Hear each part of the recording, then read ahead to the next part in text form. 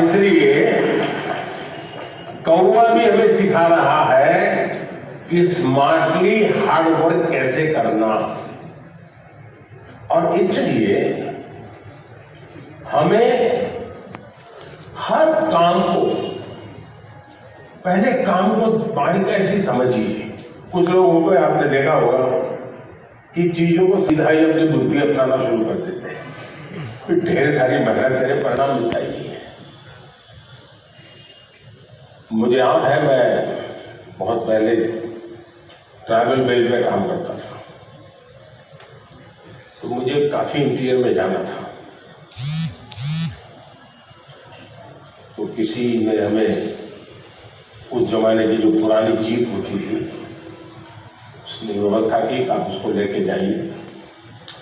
अब सुबह हम कोई 5:30 बजे निकलने वाले थे। हमारी ये किया, दुनिया भर का हार्ड वर्क किया, लेकिन हमारी जीप नहीं चली गई। 7 साढ़े 7 बजे तो ये मैकेनिक को बुलाया। अब मैकेनिक ने मुश्किल से यार 2 मिनट का 200 रुपया है।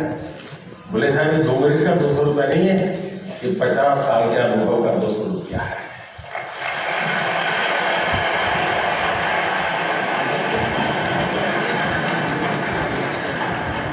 अब हम हार्ड वर्क कर रहे थे, जीप नहीं चल रही थी। उसने स्मार्टली थोड़े से बोल्ट टाइट कर देते, हार्डली उसको 2 मिनट लगा हुआ है, गाड़ी चल रही। कहने का तात्पर्य यह है कि हर चीज बड़ी मेहनत मजबूरी से करेंगे तो होगा। आप देखा होगा पहलवान जो होते हैं, जो खेलकूद की दुनिया के लोग होते हैं, उसको कौन सा खेल से वो जुड़ा हुआ है, उस खेल में उसको किस मसल्स की जरूरत होती है। जो ट्रेनर होता है उसको मालूम है।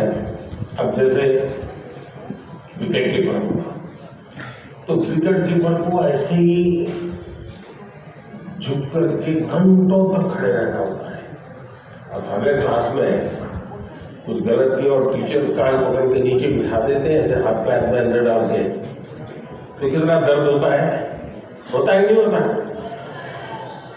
एक तो साइकोलॉजिकल भी होता है, फिजिकल भी होता है कि पैर ऐसे करके कान पकड़ के बैठना होता है, तकलीफ होती है ना। लेकिन जो विकेट कीपर होता है ना, उसकी ट्रेनिंग का हिस्सा होता है, उसको घंटों तक ऐसे खड़ा रखते हैं ताकि धीरे धीरे उसके वो मसल मजबूत हो जाए, ताकि वो विकेट कीपर के साथ अच्छा।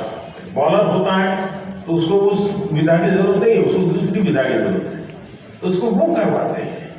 और इसलिए हमें भी जिस चीज पे जरूरत है वहीं फोकस करना चाहिए, जो हमारे लिए उपयोगी है। हर चीज प्राप्त करने की कोशिश से मेहनत बहुत लगेगी, हाथ पर ऊंचे करते रहो, दौड़ते रहो, टिकना करो, फलाना करो। जनरल हेल्थ के लिए, फिटनेस के लिए ठीक है, लेकिन अगर मुझे अचीव करना है तो स्पेसिफिक एरिया को मुझे एड्रेस करना होगा, और ये जिसको समझ होती है वो परिणाम भी देता है। अगर बॉलर है और उसके ये मसल्स ठीक नहीं है तो कहां बॉलिंग कर पाएगा, कितनी ओवर कर पाएगा। जो लोग वेट लिफ्टिंग करते हैं उनके अलग प्रकार के मसल्स को मजबूत करना पड़ता है। हार्ड वर्क तो वो भी करते हैं, लेकिन वो स्मार्टली हार्ड वर्क करते हैं, और स्मार्टली हार्ड वर्क करते हैं तब जाके करते हैं। बहुत बहुत धन्यवाद। Thank you, Honorable Prime Minister, sir, for your insightful guidance on choosing consistent hard work in our lives. माननीय प्रधानमंत्री जी, गुरु द्रोणाचार्य के नाम से विख्यात साइबर सिटी हरियाणा के प्रसिद्ध औद्योगिक नगर गुरुग्राम की छात्रा जोविता पात्रा सभागार में उपस्थित है और आपसे प्रश्न पूछना चाहती है। जोविता, कृपया अपना प्रश्न पूछें। Namaskar, Honorable Prime Minister Sir. My name is Jovita Patra and I am a student of class 10th of Jawahar Navodaya Vidyalaya, Gurugram, Haryana. It's my privilege and great honor to participate in the Pariksha Pe Charcha Pariksha 2023. Honorable Prime Minister Sir, my question to you is, being an average student, how can I focus on my studies? Kindly guide me on this issue. Thank you, sir. धन्यवाद जोविता। माननीय प्रधानमंत्री जी, जोविता पात्रा एक average student, आपसे exam में कैसे बेहतर करें इसके बारे में आपसे मार्गदर्शन चाहते हैं। कृपया उनका मार्गदर्शन करें माननीय प्रधानमंत्री जी।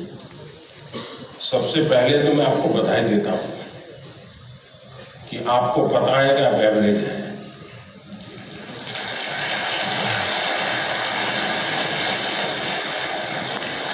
वरना ज्यादातर लोग ऐसे होते हैं जो बिलो एवरेज होते हैं और अपने आप को बड़ा किस्मत मानते हैं, सब बंदर के व्यापारी मानते हैं। तो मैं सबसे पहले आपको और आपके माता पिताजी को भी बधाई देता हूं। एक बार आपने इस सत्य को स्वीकार कर लिया कि हाँ भी मेरी एक क्षमता है, मेरी स्थिति है, मुझे अब इसके अनुकूल चीजों को ढूंढना होगा। मुझे बहुत बड़े किस्मत का बनने की जरूरत नहीं है। हम अपने सामर्थ्य को जिस दिन जानते हैं हम सबसे बड़े सामर्थ्यवान बन जाते हैं।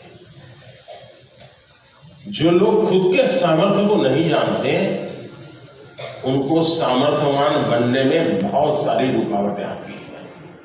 इसलिए इस स्थिति को जानना, ये अपने आप में ईश्वर ने आपको शक्ति दी है, आपके टीचर से शक्ति दी है, आपके परिवार ने शक्ति दी है। और मैं तो चाहूंगा हर मां बाप से आप बच्चों का सही मूल्यांकन कीजिए, उनको उनके अंदर हीन भावना पैदा होने मत दीजिए, लेकिन सही मूल्यांकन कीजिए।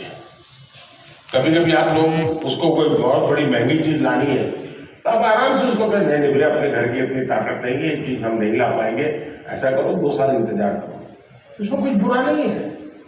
अगर आप घर की स्थिति के संबंध में बच्चे से एनालिसिस करते हैं तो उसमें कुछ बुरा नहीं है। और इसलिए हम एक सामान्य स्तर के व्यक्ति हैं और ज्यादातर लोग सामान्य स्तर के ही होते हैं जी। एक्स्ट्रा ऑर्डिनरी बहुत कम लोग होते हैं जी। लेकिन सामान्य लोग असामान्य काम करते हैं और जब सामान्य व्यक्ति असामान्य काम करते हैं तब वो कहीं ऊंचाई पर चले जाते हैं, एवरेज के मानदंड को तोड़ करके निकल जाते हैं।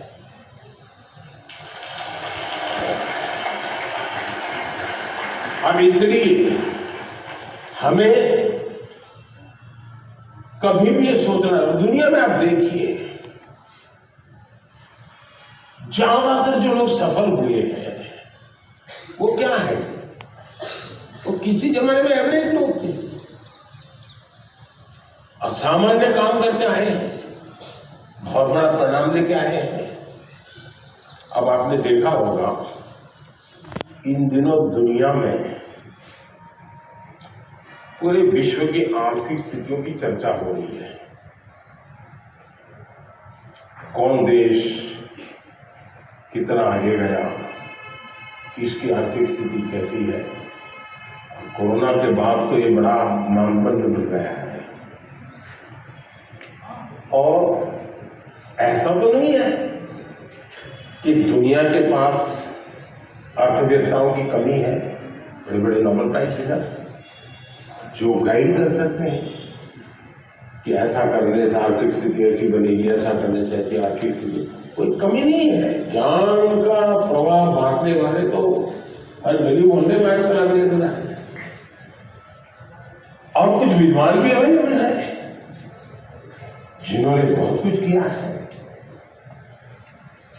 लेकिन हमने देखा है कि भारत आज दुनिया में आर्थिक जो तुलनात्मक हो रहा है, भारत को एक आशा की किरण के रूप में देखा जा रहा है।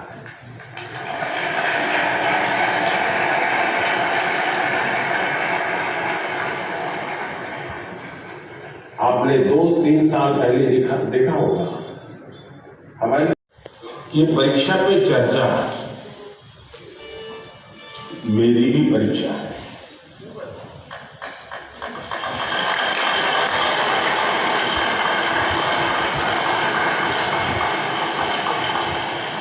और देश के कोटि कोटि विद्यार्थी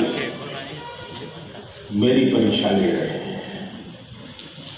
अब मुझे ये परीक्षा देने में खुशी होती है, आनंद आता है, क्योंकि मुझे जो सवाल मिलते हैं लाखों की तादाद में, बहुत प्रोएक्टिवली बच्चे सवाल पूछते हैं, अपनी समस्या बताते हैं, व्यक्तिगत पीड़ा भी बताते हैं। मेरे लिए बड़ा सौभाग्य है कि क्या सोचता है, ये उलझनों से गुजरता है, देश से उसकी अपेक्षाएं क्या है, सरकारों से उसकी अपेक्षाएं क्या है। दुनिया को बदलने की तमन्ना हो अगर, दुनिया को नहीं खुद को बदलना सीखें। माननीय प्रधानमंत्री जी, आपका प्रेरक एवं ज्ञानवर्धक उद्बोधन सदैव हमें सकारात्मक ऊर्जा एवं विश्वास से भर देता है। आपके बृहद अनुभव एवं ज्ञानपूर्ण मार्गदर्शन की हम सब उत्सुकता से प्रतीक्षा कर रहे हैं। माननीय, आपके आशीर्वाद एवं अनुमति से हम इस कार्यक्रम का शुभारंभ करना चाहते हैं।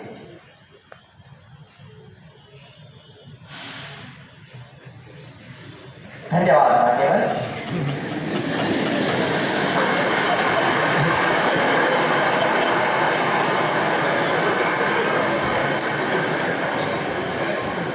माननीय प्रधानमंत्री जी, अपनी समृद्ध सांस्कृतिक विरासत और स्थापत्य सौंदर्य के लिए प्रसिद्ध शहर मदुरई से अश्विनी एक प्रश्न पूछना चाहती है। अश्विनी, कृपया अपना प्रश्न पूछिए। Honorable Prime Minister Sir, Namaskar. My name is Ashwini. I am a student of Kendra Vidyalaya number 2 Madurai, Tamil Nadu.